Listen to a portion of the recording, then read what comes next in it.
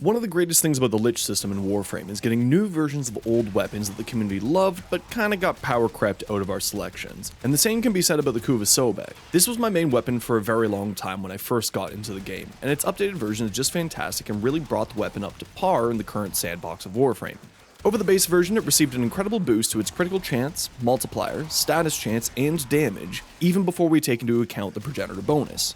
Not only that, but thankfully we're allowed to use the older Sobek mods to work on the KUVA Sobek, such as Shattering Justice and Acid Shells, which really increases build diversity and capabilities, and even gave us a Nightwave mod, Clip Delegation, to really increase the damage of the weapon further.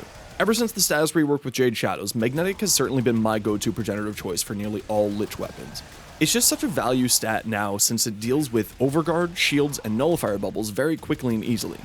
Now, as always, my build is at the end, but if you missed the Nightwave mod Clip Delegation, just replace it with your mod of choice. I personally would highly recommend Shattering Justice to really increase the status chance by a significant amount, and the free healing and blast damage from the Justice effect is just kinda nice to have. The Acid Shells mod is also a fantastic choice. It gives the weapon some AoE as well as corrosive status to increase the overall damage to armor as well. But the status build certainly isn't the only one that you can work with the Sobek. Due to the increased critical chance and multiplier, this weapon has a really great shot at being a crit status hybrid weapon.